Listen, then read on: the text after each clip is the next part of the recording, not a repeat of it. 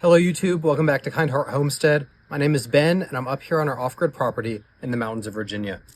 In this crock pot, I have 2 whole pork shoulders, also known as pork butts.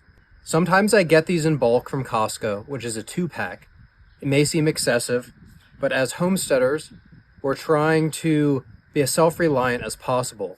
And that means fewer waste, fewer trips to the grocery store, and bulk foods seem to align with that philosophy. We don't buy bulk foods that are individually wrapped. We'll buy one large package of things. And as you can see, I just took these off the grill. They've been on the grill for about 10 hours now.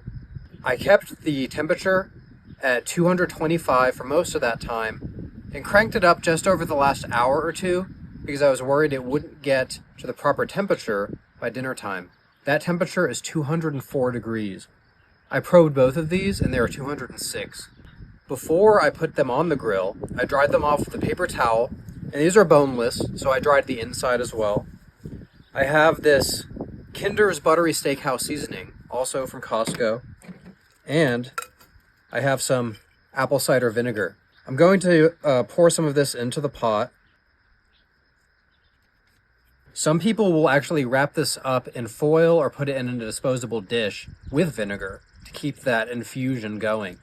But we don't really like the grease, so we let that drip out into a bucket.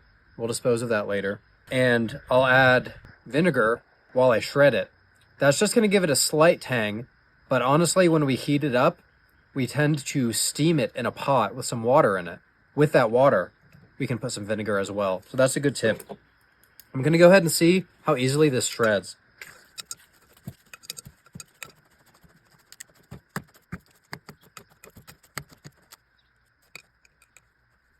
As you can see, that shredded perfectly.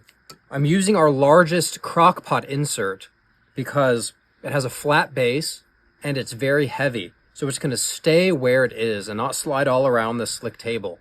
If you were to use a large stainless mixing bowl or something like that, it's probably going to jostle around and get tipped over. I like it to be a bit taller than it is wide because I'm not tossing it like a salad. I'm just stabbing it. And by aligning it vertically, I can stab all the way through both pork butts. So I'm using half the energy. So anyway, those are my tips for pork butts. We are going to freeze most of this and keep enough out for a few days of dinner. We like to freeze our bulk meats into these small containers because they freeze and thaw very quickly. That's it for this video, and we hope to see you back here next time.